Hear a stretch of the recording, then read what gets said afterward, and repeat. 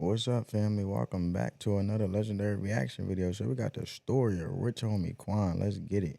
Rich homie Quan changed the rap game forever, but a lot of fans don't know how wild his come up really was.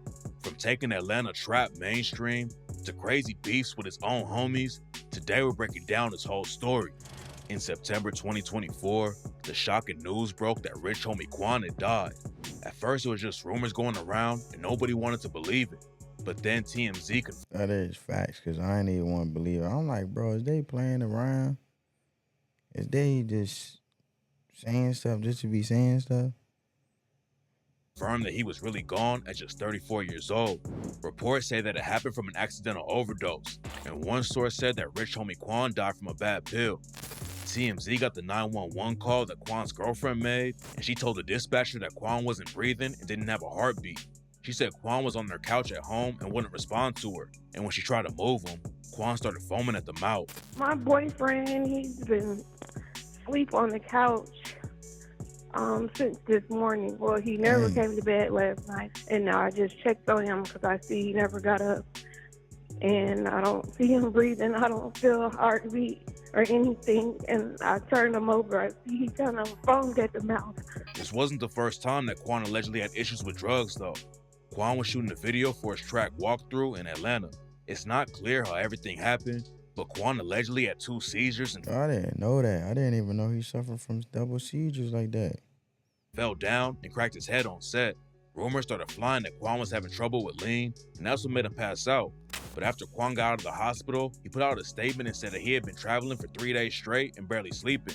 And after he was outside in the Atlanta heat to shoot the video, his body just couldn't handle it anymore and he passed out.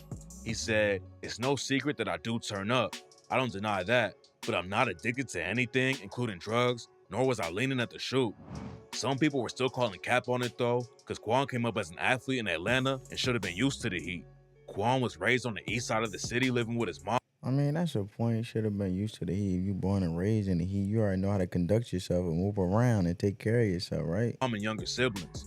Quan's dad lived in Decatur, and Quan would stay with him on the weekends. Back in the day, Quan was always into reading and playing baseball. Quan wanted to go professional with sports. He played on the varsity team when he was a freshman, and he was so good at baseball that he even got a scholarship to play at Fort Valley State University. Dang. He only went to college for a couple of weeks though, because it was still too expensive even with a scholarship. Quan didn't really have a backup plan after baseball, so he just got a job at an airport to pay the bills. Working a normal job wasn't for him though, and that's when Quan started kicking in doors and robbing houses. Back in 2022, He don't even look like a dude that she doing that. You know what I'm saying? He looks studious. Like, look at him. Quan did an interview with Vlad TV and said he was never robbing houses while people were inside. Kicking in door, but not no home invasion. We wasn't going in there when nobody was there. I wasn't going to nobody's house when nobody was there. He also knew that doing burglaries at night would get you a lot more time if you got caught. So he would go out during the day and break into houses. I wouldn't even do no cat time burglary at night because you get more time for that. So we'll do daytime burglary. Because cat time burglary, you getting way more time for that. So wait till you go to work in the morning, or kick your shit in. The first time he robbed a house, Quan didn't even know what was going on. Quan's homies picked him up and said they were gonna cut some grass. And Quan didn't know if they were actually gonna kick in the door and rob a house. Quan didn't even go inside the house that So the first time it started for him to start kicking in doors, my man was just, he didn't even know what was going on to start to introduce the wave of doing it. day. But all of them got caught and went to jail. Quan got out a day later, but he realized he could rob houses if he moved smarter than his homies did. He spent a couple of months breaking into cribs, but it didn't take long for Quan to get busted again. He got booked on another burglary charge and ended up in jail for 15 months, and that's when everything changed for Quan. Before rich homie Quan got locked up, he was already rapping, but he never took it seriously. And for the first 6 months while he was in jail, nobody on the inside knew that Quan rapped at all. But then another dude came into the block and started freestyling. Quan knew he was better than the dude, so he started rapping too, and everybody went crazy over it. Dudes in the jail were actually giving Quan snacks to freestyle because they liked hearing it so much. And that's when Quan realized he could really make Hey, it. get my man snacks for freestyle. Just for him to freestyle. My man getting paid in snacks before he got paid in currency. That's different. The rap game. So when he came home, Quan set up a little studio in his mom's garage and started making music. Then everything changed when Quan met a dude named Teezy. Teezy was getting some buzz in the underground scene, and he's the one who took Quan to a real studio for the first time. Teezy was showing Quan how the rap game worked, But then Quan took a big loss when TZ got shot and killed. Having his homie die like that made Quan go even harder in the booth though. He bought some more equipment and made music in his mom's garage again, then spent all the money he had to press some CDs. Quan started handing out the CDs around Atlanta, and that's how a dude named Fly heard Quan for the first time. Fly had an independent label called TIG, and he wanted to sign Quan from the jump. Boy, man, when them tapes used to be popping, them CDs, you know what I'm saying? You get them bootleg at the hood and all that, bro. You put it in your car and you just playing it like you ain't just get a bootleg, but it ain't matter as long as you're just playing the same thing that the original play. It is what it is, you feel me? Bootleg, original, it's the same music, you feel me? We just listening to that thing. In his interview with Vlad TV, Quan said he was dead broke, but he signed a deal for $19K and told Fly to just pay him $400 a week instead of getting it all at once. I signed for $19,000. So this is what I told Fly. I said, look, Fly, I don't even want all my money up front. Pay me every week. Quan knew he'd blow the $19K fast if he had it all. Yeah. So he played it smart and started treating rap like a job. I was getting $400 every Friday. Every Sunday, every Friday, I would meet him or have him get it. Because I started treating it like a job in my mind because I knew if I got $19,000, I was going to mess that money up. Yeah, man, because usually with people that usually get all the money at once, man, they don't know what to do with it. They start feeling on top of the world, but then they frivolous spending and they ignorant with it. So that was smart. At least he know himself, you know what I'm saying? Fast. Quan started getting a lot of buzz on his name when he dropped his first mixtape, Still Going In. Then he leveled up in 2013 and started working with huge artists like Gucci Mane, YG, and Jeezy. And Quan's track Type of Way popped off and went gold. Rich homie Quan was blowing up like crazy. But in 2014, he linked up with Young Thug and Birdman and took everything to the next level. Quan and Young Thug had already had some tracks together and decided to hop in the studio and drop a whole tape. Duo, bro. But then Birdman got involved and made them the faces of his Rich Gang crew. Everyone knew that Quan and Thug could make great music together, but nobody knew how crazy their tracks were gonna go. In 2014, they dropped Lifestyle and took over the game. The track ran up massive numbers and went platinum, and a few months later, they dropped the mixtape, Rich Gang, The Tour Part 1. It looked like Quan and Thug were gonna run the whole game, but then everything fell apart out of nowhere, and most fans have no idea about the crazy story behind the beef. Right after Quan and Thug popped off together, Quan said he was taking a step back from Rich Gang to focus on his own career. Back then, nobody knew there was tension behind the scenes, but then Young Thug went on tour with Travis Scott and said, "This stupid lame nigga tripping. That bitch on the corner." Quan did an interview with ESPN and said that Thug dissing him like that hurt his feelings. My first reaction was, my brother called me on the phone, and I took my glasses off.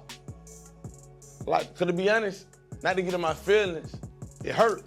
Then he allegedly dissed Thug on the track You Not and rapped, "Tool on me." Tool on me, you homie, ABC, Channel 2 homie, I done around made the news on you. Had to change the shoes, waste the food on them. Waste food. What was the whole beef about then? I'm confused. Like, what's going on? Fuck you, homie. ABC, Channel 2, homie. I done fucked around and made the news on you. Had to change shoes, waste food on them. This flashy shit ain't nothing new, homie. I been me. You ain't you, homie. And you ain't no thug. Plus, you ain't that nigga I thought you was. Everyone thought Quan was taking shots at Thug. But he hopped on Twitter and said, "I would never diss my brother Young Thug, despite what y'all think or say." But later that year, a fan tried to grab Rich homie Quan during the show, and Quan told him he wasn't rocking with that gay shit like Thug. Hey, bro, get way back away from each other. Get a gay ass person, man. I don't fuck with no person, man. You back up your ass up, look up over here, look like Young Thug. Make sure the fuck away from me. Young Thug dissed Quan on stage again and said, Hey, fuck with you. Y'all think this was planned or like this was just to build some controversy? You know, this was just for entertainment, or y'all think this was really real beef, bro? Because I don't even know the real reason why they was beefing in the first place. but it still wasn't clear what sparked the beef in the first place. Fans thought it might have been a money thing or something with the industry, but the true story was way more brutal than that. A couple of months before Quan told everyone he was falling back from Rich Gang, a dude named Big Nut was shot and killed in Atlanta. Yeah, man, that's going on in the trial right now. Big Nut. Yeah, that's what Lil Woody was talking about. Nut had a lot of clout in the city and had ties to the rap game too. He was tied with YFN Lucci, and Nut was also homies with Fly from TIG. Thug, Lucci, and Quan were all cool with each other back in the day, but that all changed when Thug's YSL crew allegedly killed Big Nut. Big Nut's death sparked all kinds of violence in the city, and the cops say that at least 4 people died over the situation. Quan was cool with Big Nut too, and rumors say he stopped rocking with Thug because of what went down. After it all happened, a video leaked online where Quan allegedly talked about the situation. Guess that new Jen Shorty shit. I ain't telling, I'm just being real with y'all. And said, everybody been talking about it. I'm gonna just be a man and answer myself. Right. Scrub, man. No go ahead, something to do with it. You can't prove. Right. Point blank, period. But that wasn't even the most shocking twist in the story, because it turns out that Thug might have been involved with Quan's Thug might have been involved with dad getting shot too. Back in 2014, Yeah, I think Lil Woody said he shot it up though. YSL Woody and his homie Threat pulled up to the barbershop that Quan's dad owned and started letting off shots. Quan's dad got hit up 4 times and almost died. And on the track Daddy, rich homie Quan raps, "When I see him in that ICU room, boy, you know I went crazy, cause I couldn't see my daddy like that. That's my baby. In other words, he my best friend. Talk to him daily. Them niggas who did it to him, I hope they praying to God, but he can't help you in the situation." Some paperwork also came out where Quan was allegedly talking about a situation with Birdman and Thug. Quan's dad allegedly had some kind of argument with Birdman and wanted Quan to fall back from them. So Birdman allegedly tried to take Quan's dad out so Quan would officially sign with him. Damn, hold up, bro. That's crazy. Hold up, run that back. You mentioned that Birdman, his father, got into an argument about what he did not know. Rich homie Quan explained that after the argument, his father told him, "Come on, we gonna fall back from them." Rich homie Quan opened that his theory regarding the shooting of his father, it just made sense. Rich homie Quan basically said if they take his dad out the picture, then you know you can get him to sign with whoever you want to sign. So maybe an industry thing got into it with all of them. Quan's dad allegedly had some kind of argument with Birdman and wanted Quan to fall back from them. So Birdman allegedly tried to take Quan's dad out so Quan would officially sign with him. People started calling Quan a snitch because of the video and alleged paperwork. But rich homie Quan hopped on IG Live and offered a meal to anybody who could actually prove he told on anyone. Find my name in some paperwork, right? Give me $1 million. We could trade lives. After Young Thug and YSL got hit with a RICO case, the news broke that Quan had been listed as a potential witness. But that didn't mean he would actually testify against Thug or that he would even be called into court. Quan's name did come up during the trial though. It did go. It did. It came up numerous times. And I thought he was going to end up being one of the 90 witnesses.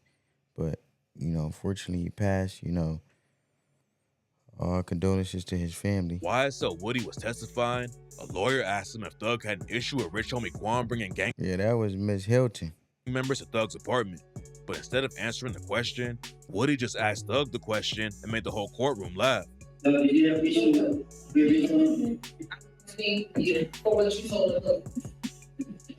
Woody also talked about Big Nut's death and said it didn't have anything to do with YSL. What happened to Nut got nothing to do with YSL. Woody's homie Threat had beef with Quan over something, and that's why Woody and him shot up the barbershop that Quan's dad owned.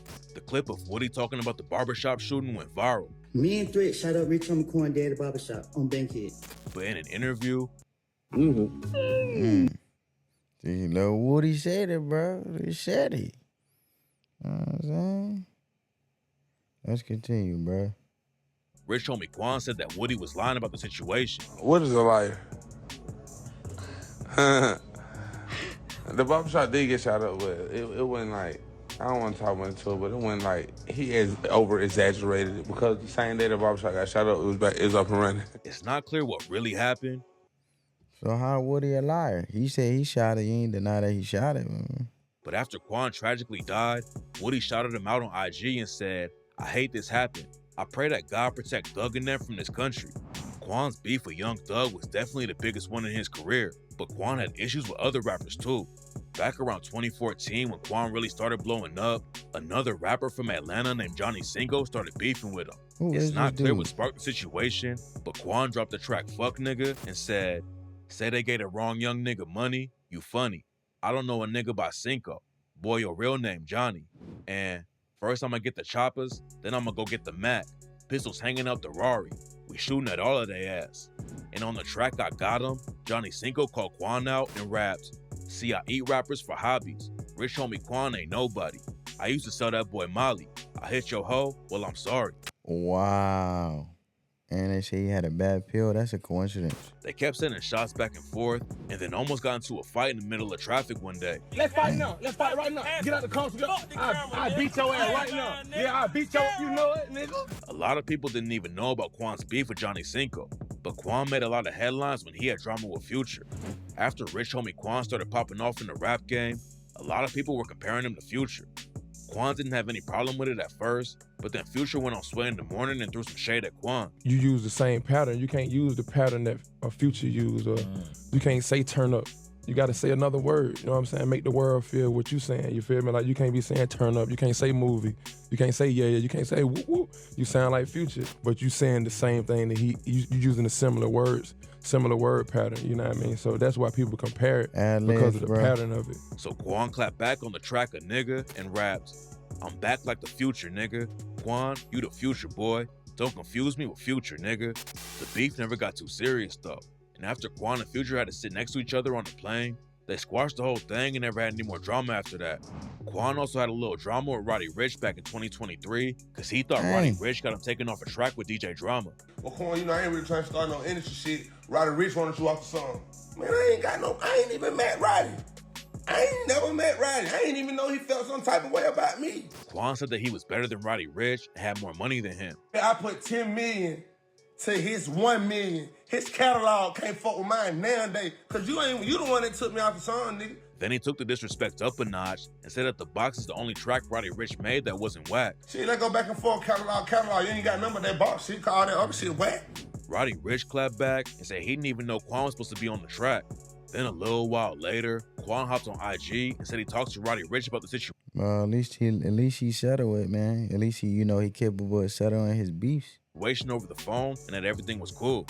Quan didn't just have industry drama though, and in 2017, he was facing 30 years in prison on drug and gun charges. He got pulled over with his homies on the way to a concert, and when the cops searched the whip, they found a stolen gun, weed, and ecstasy. Quan fought the case. Hold up, bro. Where you found it? In Atlanta? You found the... Yep. And when the cops searched the whip, they found a stolen gun, weed, and ecstasy. Quan fought the case for 2 years and could have been locked up for decades. But in 2019, a judge threw the whole thing out because there wasn't enough evidence. Quan also made headlines a couple of years before the drug case for allegedly punching a security guard who didn't let him into a club in Miami. When the story came out, reports said that Quan punched the dude and then ran away from the cops with a boat. It turns out it wasn't that crazy though, and Quan was just spotted partying on a yacht, and that's how the rumor started. After Quan fell back from Thug and Rich Gang, he kept the momentum up and dropped the track Flex. Flex blew up, but Quan's dance for the track went even more viral on Vine. He was making waves in the industry by himself, but he started to fall off a little. I remember Vine. Vine used to be lit, man. You know, everybody's attention span is like a squirrel. Because of label issues. T.I.G. was allegedly playing with Quan's money, so he stopped dropping music while he sorted everything out on the business side. He came back in 2017 with his Back to the Basics mixtape on Motown Records, but Quan had already lost a lot of momentum by taking a year off. Yeah. Quan finally dropped his debut album, Rich as in Spirit, in 2018, and it did decent numbers, but he didn't have any major hits. He dropped a few more projects after that, but Quan was also focused on making money outside of the rap game. He started investing in real estate and was making millions from it. It was clear that he didn't need rap money to live, but Rich... Yes, he was a smart businessman. I gotta give him that, man. Even when he did take that time off, I felt like he was already looking at different assets to continue to build up his portfolio, to add to his music catalog, which makes money itself for those who use it or whatever the case may be. Homie Quan said he was always going to be making music. Quan seemed like he had moved on from all the industry drama and just wanted to focus on himself. And in July 2024, he told Revolt, "Remember me as an original, as an artist who did it his way. Remember me as a hard kid from Atlanta with a dream, who believed in himself and bettered himself, and won." Quan had a huge impact. Can't get mad at that, baby. Back on the rap game. And after the news broke that he died, all kinds of artists hopped on social media to show love. 2 Chainz posted a picture of Quan and said that they had just been talking about shooting a music video together. Quavo was tight with Quan too, and he posted a pic of them together and said, "May God be with Man, us." I don't know. All these people come out of nowhere. Why they been ain't put out no music with him, man? I know it's a process, but come on, man. Sheesh. Never saw this being a part of our journey. Quan was working on new music with Boosie too, and Boosie said that he had just talked to Quan and was never gonna forget him. Quan had love all over the rap game. His track My Nigga with YG went crazy back in the day, and YG shouted Quan out after he died. Even OGs in the industry like Big Boy showed Quan love. Rich Homie Quan was one of the most influential rappers in the game for a while, and there's a reason why he had so much respect from fans and artists too. Rich Homie Quan died way too young, but his impact on the rap game will last. Bro. Too young, bro. Type of way used to be lit, bro. But man, comment down below y'all take on this, man. This joint crazy. You know, y'all feel like them beefs was industry designed, all from the industry and the music industry creating those beefs in the first place, you know what I'm saying? Because obviously we know he capable of squashing beefs like a real man and having conversations off the record. But dang, bro, it was like one beef after another, bro. But get this video a big thumbs up.